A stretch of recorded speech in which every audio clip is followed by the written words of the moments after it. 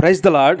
ఈరోజు దేవుని వాగ్దానము, విరిగి నలిగిన హృదయాలను దేవుడు అలక్ష్యము చేయడు. సమస్యలలో అధైర్యపడి దేవుని కృపను ఆశ్రయించిన దావీదు తన అనుదిన జీవితంలో లెక్కలేనన్ని అపాయములు చుట్టుకొని దోషములు తరిమి పట్టుకొనగా దావీదు తల ఎత్తి చూడలేకపోయాడు. లెక్కకు అవి తల వెంట్రుకలను మించినందున దావీదు హృదయం అధైర్యపడగా యెహోవా తన వాత్సల్యము దూరము చేయక కృపాసత్యములను బట్టి ఎల్లప్పుడూ దావీదును కాపాడాడు. మన జీవితంలో కూడా లెక్కలేనన్ని అపాయములు చుట్టుకుని ఉన్నాయా? దోషములో నిన్ను తరిమి పట్టుకుంటున్నాయా? జీవితంలో పాపములో లెక్కకు అవి తల వెంట్రుకలు మించిపోయాయా? అందుకే నీవు అధైర్యపడుతున్నావా?